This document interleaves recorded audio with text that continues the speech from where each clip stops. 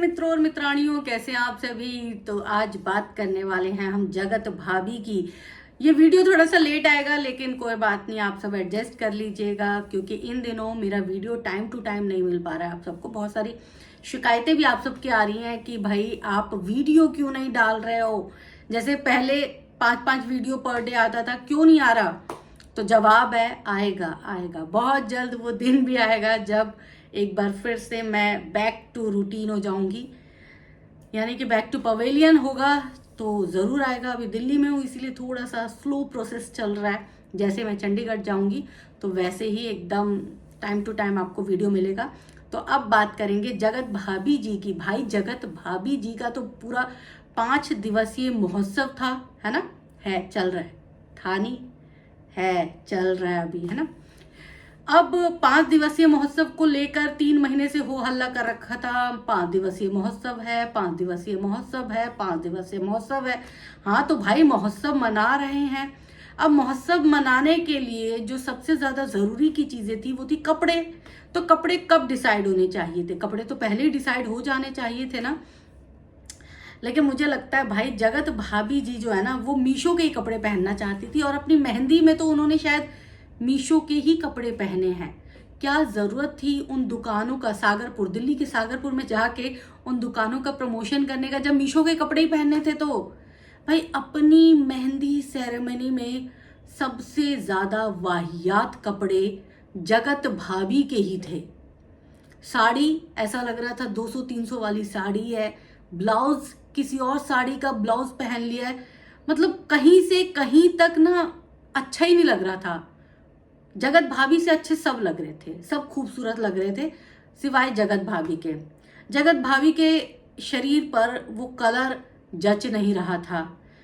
जगत भाभी के शरीर पर वो साड़ी जच नहीं रही थी। हालांकि मीशो की साड़ी में जगत भाभी बड़ी खूबसूरत लगती हैं, इसमें कोई दो राय नहीं है। मत आ जाना सपोर्टर्स ये बोलने के लिए कि आप हमारी जगत भाभी को खूबसूरत नहीं बोले, खूबसूरत हैं, जगत भाभी खूबसूरत लगती हैं। लेकिन जगत भाभी ने मेहंदी में जो ड्रेस पहनी थी भाई, मुझे वो अच्छी नहीं लगी। किस किस को अच्छी नहीं लगी कमेंट करके बता दीजिएगा। जब जगत भाभी, मैं उम्मीद कर रही थी कि जगत भाभी जिस तरह से इतने महीनों से चीखम चिल्ली हो रही है, परिवार में बगावत हो रहा है, शॉपिंग हो रही है, तो कुछ अच्छा पहनेंगी। मैं वही देखने के लिए उनकी वीडियोस भी देख रही हूँ कि भाई क्या अच्छा पहनने वाली है जगत भाभी, क्योंकि जगत भाभी पहन ओढ़ के मेकअप करवा के खूबसूरत लगती हैं, नो डाउट। तो मैं वही देखना चाहती थी क्या एक्सपेरिमेंट होने वाला है। लेकिन अगर एक्सपेरिमेंट ऐसा है तो मत करना, मत करो जगत भाभी, फिर एक्सपेरिमेंट मत करो। फिर आप मीशो की साड़ी पहन लो प्लीज, उसमें आप 100 गुना ज्यादा सुंदर लगती हो। और ये क्या था, ब्लाउज किसी और साड़ी का पहन लिया आपने। इतनी हड़बड़ाहट किस बात की है? आपको पता है आप कैसे लग रहे थे? बिल्कुल बुरे लग रहे थे, अच्छे नहीं लग रहे थे। वैसे आपका डिसीजन है आप अपनी मेहंदी सेरेमनी में क्या पहनो, लेकिन आप पर वो जच नहीं रहा था। एज एन रिएक्शन चैनल मैं आपको बता रही हूँ कि आप पे नहीं अच्छा लग रहा था। और दूसरी बात जी भाई, आपकी देवरानी यार, वाकई में आपकी देवरानी ने दिल जीत लिया। आपकी देवरानी कितनी सिंपल सोबर नजर आती है, बातों में भी उतनी मिठास है, उतनी ही अस्थिर भी नजर आती है। मतलब बोलते हैं ना कि एक सुलझी औरत के तौर पर आपकी देवरानी जो है वो खुद को मेंटेन कर रही हैं। लेकिन आप क्या कर रहे हो भाई? इतने दिनों से आपकी, उसने 1-2 दिन में पटना में जाके शॉपिंग पूरी कर ली। आप दिल्ली आए शॉपिंग करने, किट्टो रानी के साथ गए, लेकिन किट्टो रानी ने आपको क्या शॉपिंग करवाई? और खुद देख लो, खुद अपनी भाभी जी की साड़ी पहन के आ गई। हैरानी होती है मुझे। आपके पास गाड़ी लेने के लिए पैसे है, घर लेने के लिए पैसे है, लेकिन नई नवेली दुल्हन की साड़ी आप उठा के ले आए कि मुझे साड़ी में पहनना है, शादी में पहनना है, फंक्शन में पहनना है। आप खुद भी अफोर्ड कर सकती हैं और पहनती होंगी, या फिर मीशो के कपड़े ही पहनती हैं, प्रमोशन के कपड़े ही पहनती हैं क्या? उसके अलावा कोई कपड़े खरीदती नहीं है? खरीदती तो होंगी ना। तो फिर आपको अपनी भाभी जिनकी नई नई शादी हुई है भाई, उनके कपड़े लाने की क्या जरूरत थी? खुद बोला है किट्टो रानी ने अपने ब्लॉग में कि हमारी नई भाभी जी की साड़ी है। लेकिन लग रही थी, देखो मांगे हुए कपड़ों में सुंदर लग रही थी, खूब, बहुत अच्छी लग रही थी, खूबसूरत लग रही थी, सारे खूबसूरत लग रहे थे सिवाय दुल्हन के। और दुल्हन का जो लुक है ना वो निखर के आना चाहिए भाई। अपने चेहरे पर हंसी लाओ जगत भाभी, क्यों उदास क्यों हो, है ना। इसको सच्ची मुच्ची वाली शादी मत मान लेना, एनिवर्सरी है ये। ऐसा मत सोच लेना कि मेरी शादी हो रही है अभी, है ना। 5 साल हो गए आपकी शादी को, तो ये मत समझना। और बार बार जो आपके ये कहा जा रहा है ना कि 5 साल पहले वाली जो आपकी शादी हुई थी उस शादी से बेहतर है, अच्छा है, ग्रैंड फंक्शन हो रहा है, तो मत बोलो। माँ बाप के कलेजे पर सांप लौट जाता है। माँ बाप सालों तक मेहनत करते हैं तब जाके बेटी की शादी हो पाती है।